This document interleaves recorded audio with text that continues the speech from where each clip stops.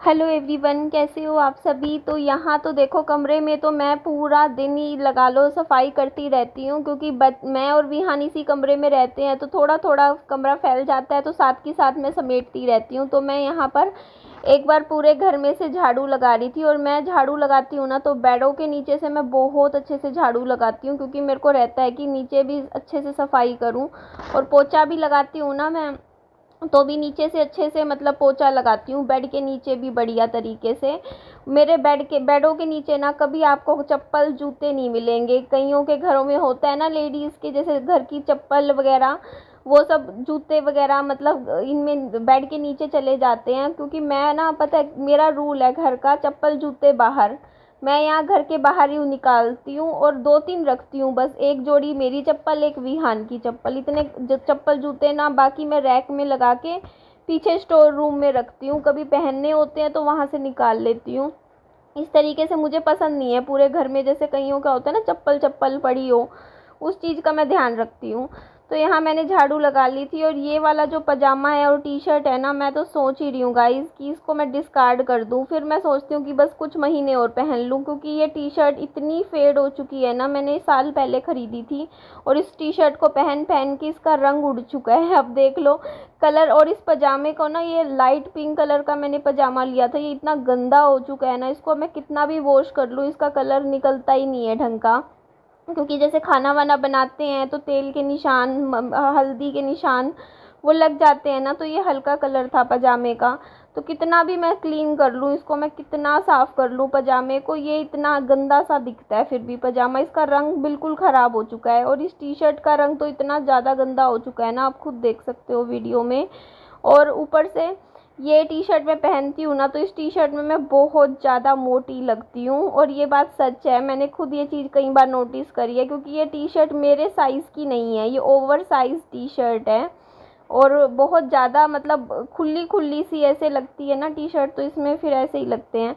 तो यहाँ पे मैं आप लोगों को दिखा रही थी कि आप लोग देख सकते हो, मैंने पूरे घर में से एक बार अच्छे से झाड़ू निकाल दी है। घर तो क्या है, देखो एक कमरा ही है, और कोई ऐसा तो है नहीं कि 10 कमरे हों कि सफाई करने में टाइम लगता हो। तो सफाई करने में तो देखो मुझे इतना टाइम लगता नहीं, छोटा सा घर है, फटाफट हो जाता है। लेकिन बार बार सफाई करनी पड़ती है घर की, क्योंकि छोटे घर को मेंटेन करने के लिए देखो टाइम देना पड़ता है। और यहाँ पे देखो फ्रिज के ऊपर भी सामान मेरा थोड़ा बहुत छुट-पुट रखा हुआ है। बाकी पीछे वाले रूम में हम आजकल नहीं सोते हैं, विहान और मैं आगे वाले रूम में सो जाते हैं। कभी-कभी जब मौसम ठंडा होता है तो पीछे वाले रूम में सोते हैं। और ये योगर्ट की एक बोतल निकाली थी, सोचा चलो विहान को पिला देती हूँ। तो ये अच्छी होती है, डाइजेशन के लिए बढ़िया होती है, तो मैं विहान को पिलाती रहती हूँ।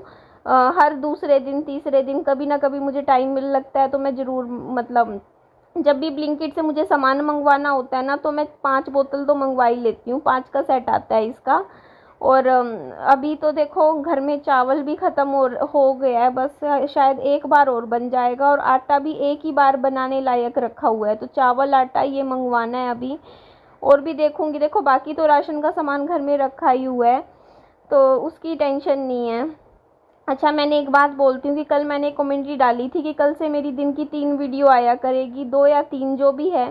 तो अब मैं फिर से, पता है, काम करना शुरू मैंने वापस कर दिया है यूट्यूब पे, क्योंकि पता है मेरे को अपनी खुद की फाइनेंशियल कंडीशंस दिखती है। मैं आपको साफ बोलती हूँ, मैंने हर तरीके का समय देखा है मेरे हस्बैंड की डेथ के बाद। एक वो होता है ना, फाइनेंशियली आपको ज़रूरत होती है पैसों की, ऐसा टाइम भी मैंने देखा है। तो देखो ससुराल वालों से तो मुझे एक पैसे की उम्मीद नहीं है कि वो कभी मुसीबत में भी मेरा साथ देंगे, क्योंकि ऐसा टाइम मेरी लाइफ में भगवान ने हर समय हर टाइम मुझे दिखा दिया है अपनी पास्ट लाइफ में, पिछले 6 सालों में। क्योंकि ऐसा भी टाइम मेरी लाइफ में आया है जब मेरे पास पैसे नहीं थे, क्योंकि मेरे घर की इंस्टॉलमेंट्स भर रही थी मैं, और उस इंस्टॉलमेंट्स के चक्कर में मेरा अकाउंट में कुछ भी पैसा नहीं था।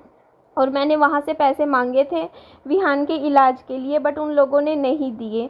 क्योंकि पता है क्या होता है, उन लोगों का माइंडसेट ये है कि देखो यार, हम पैसे नहीं देंगे तो इसका फादर लगाएगा पैसे, कैसे भी होगा, इसके मायके वाले देंगे पैसे, हम नहीं निकालेंगे अपनी जेब से तो इसके मायके वाले पैसे खर्चेंगे। तो उनका माइंडसेट ये है कि हम नहीं लगाएंगे पैसे तो इसके मायके वाले तो पैसे लगाएंगे ही, वो भरें या ये भरेगी, जैसे कैसे दुखी सुखी होके कमाएगी करेगी, हम क्यों दें। तो वो लोग तो देखो कुछ भी खर्चा, 6 साल हो गए, मैं अपनी आंखों देखी बता रही हूँ, उनकी तरफ से तो उनकी जेब में उनके घर में कितना पैसा है, लेकिन विहान के लिए उस घर में कोई पैसा नहीं है। वो मैं अच्छे से देख चुकी हूँ वो टाइम। तो इस वजह से देखो वहाँ से कोई उम्मीद एक पैसे की है नहीं कि हाँ वहाँ से कभी कुछ पैसे मिलेंगे। दूसरी बात आ जाती है मायके की तरफ से, तो देखो यार मायके से मान लो मैंने कभी मुसीबत में पापा से उधार भी ले लिए पैसे, तो वो मुझे चुकाने पड़ेंगे। मैंने पहले एक बार मेरे बेटे का ना जैसे एमआरआई वगैरह होना था, तो उस टाइम मैंने मेरे फादर से शायद 30-35 हज़ार रुपये उधारे लिए थे, और जब मेरे पास हो गए थे पैसे मैंने उनके सारे पैसे चुका दिए थे।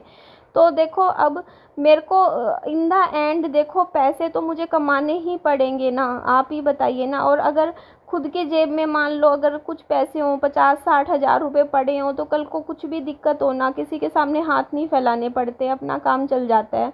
तो यहाँ पे देखो मैंने आलू सोयाबीन की सब्ज़ी बनाई थी, साथ में मैंने विहान के लिए पराठे बना दिए थे, एक पराठा खाया इसने सिर्फ, और ये बाकी जो 2 पराठे हैं ना अगला दिन आ चुका है, ऐसे कैसे पड़े हैं। अब बासी हो गए क्योंकि दोपहर को फिर मैंने कुछ और खाना बना लिया था, तो राजमा चावल बना लिए थे दोपहर को मैंने लंच में, तो वो पराठे ऐसे कैसे पड़े रहे। मैंने तो रोटी खा ली थी, एक पराठा खाया इसने, और मैंने इसके लिए 3 पराठे बना दिए थे सोच के कि खाएगा। कई बार देखो बच्चे का मूड ऐसा ही होता है, कई बार ये 2 पराठे भी खा लेता है, 2.5 पराठे भी खा लेता है, अगर इसको भूख अच्छे वाली हो। अगर नहीं है भूख तो ये 1 पराठा खाएगा। तो मैं अपनी तरफ से तो एक होता नहीं माँ का प्यार लगा लो कि बच्चे के लिए 2 पराठे तो बना ही लेती हूँ कभी कभी फालतू, तो कि खा लेगा। तो यहाँ पे देखो फिर से मैं ये बेड ठीक कर रही हूँ, बेडशीट ठीक कर रही हूँ, क्योंकि यहाँ फिर बैठ के हम लोग इधर देखो इसको तो बेडशीट, और मैं हमेशा पता है हर 2 दिन बाद मैं बेडशीट धो देती हूँ, हर 2 दिन बाद। तो मैं यही बात बोल रही थी कि देखो यार पैसों का, अब सिंगल मदर हूँ मैं, अब कहाँ, अभी मेरे बच्चे की आँख का आप लोगों को पता है कि आँख में इन्फेक्शन हो गया था, और बच्चे का पाँव का मुझे दिखा के आना था डॉक्टर को।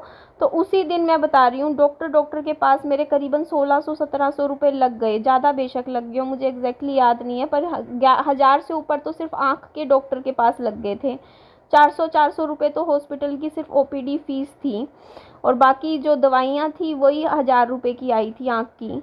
और आँख की इन्फेक्शन जो था ना वो ठीक भी हो गया था 2-3 दिन बाद। तो मैं वही बता रही हूँ, फिर बाद में तो मैं बल्कि पछताई, मैंने सोचा यार मैं सरकारी में ही ले जाती, मेरा 1 रुपया भी नहीं लगता यहाँ, मेरे मतलब 2000 रुपये 1 मिनट में लग गए। अगर सरकारी में जाती ना मैं हॉस्पिटल में, तो वहाँ ना तो फीस लगती ना, मतलब दवाई भी फ्री में मिल जाती। पर पता है क्या होता है उस टाइम एकदम से ना, पता है बस मन में ये हो जाता है कि यार बच्चे का सवाल है, बच्चे की आँख का सवाल है, अच्छे हॉस्पिटल में ले जाती हूँ प्राइवेट में, तो उस टाइम पैसा नहीं देखा जाता ना। अपने केस में तो फिर भी हम सोच लेते हैं कि चल कोई बात नहीं, लेकिन बच्चे का नहीं देख सकते ऐसे। तो यही बात है यार, आजकल 1000, 1500, 2000 रुपये की सच में कोई वैल्यू नहीं है, कुछ भी नहीं। आज के टाइम में ना रोज़ का जो इंसान 500 रुपये कमा रहा है ना, तो 500 रोज़ का खर्च हो रहा है, बल्कि ज़्यादा ही खर्च हो रहा है, क्योंकि कहीं भी हो 100 रुपये का तो पेट्रोल ही लग जाता है। ऊपर से देखो घर का राशन, खाना पीना, तो और भी खर्चे इतने हो जाते हैं। तो आज के टाइम में पता है कोई भी वैल्यू नहीं है 10-12 हज़ार रुपये महीने की, वो तो सिर्फ घर के राशन पानी और ख़र्चों में निकल जाता है। तो मैं वही चीज़ बता रही हूँ कि महंगाई जिस हिसाब से है ना, उस हिसाब से देखो खर्चे इतने बढ़ चुके हैं, हर चीज़ के प्राइस बढ़ चुके हैं, रेट बढ़ रहे हैं।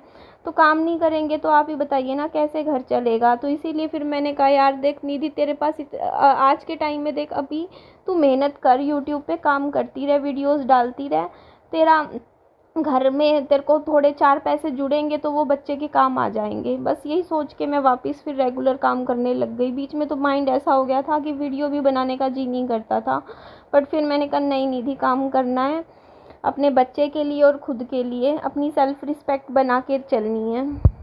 तो यहाँ मैंने एक कुकर में तो चावल चढ़ा दिए थे, दूसरे कुकर में मैंने राजमा चढ़ा रखी थी। वो मेरी राजमा बन गई थी, तो मैं उसमें छोंक लगा के फिर सीटी लगा दूंगी राजमा में, और बहुत अच्छे बने थे राजमा चावल। आपको नेक्स्ट वीडियो में दिखाती हूँ, बढ़िया टेस्टी एकदम भर के बने थे।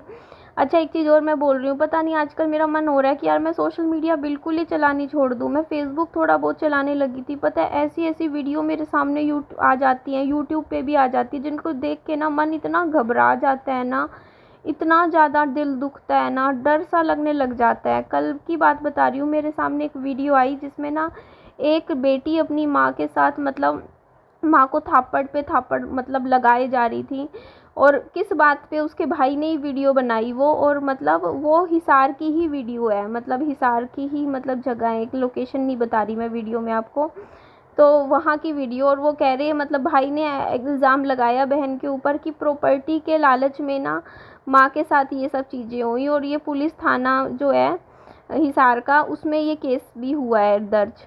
तो और वो लड़की जो है ना वो शादीशुदा थी, 2 साल हुए थे उसकी शादी को, पर शादी के बाद वो अपने पति के साथ मायके में ही रहने लग गई थी, वापस यहीं आ गई थी मायके।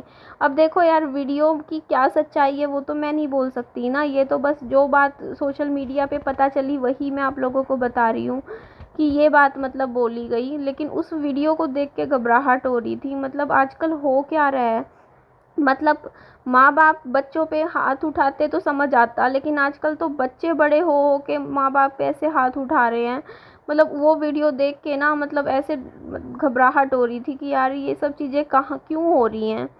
मतलब पहले वाला मतलब टाइम कहाँ चला गया। पहले तो ना बड़े बुजुर्गों की नज़र से भी मतलब इतना डरते थे बच्चे, मतलब उनकी नज़र से भी अगर वो इतना घबराते थे, चू की आवाज़ नहीं निकलती थी बड़ों के सामने। और आजकल देखो, जब से ये सोशल मीडिया का ज़माना आया है ना पिछले 20 सालों में, आजकल की जनरेशन आप लोग देखो मतलब कैसी हो गई है, सीधा माँ बाप पे हाथ उठा देती है।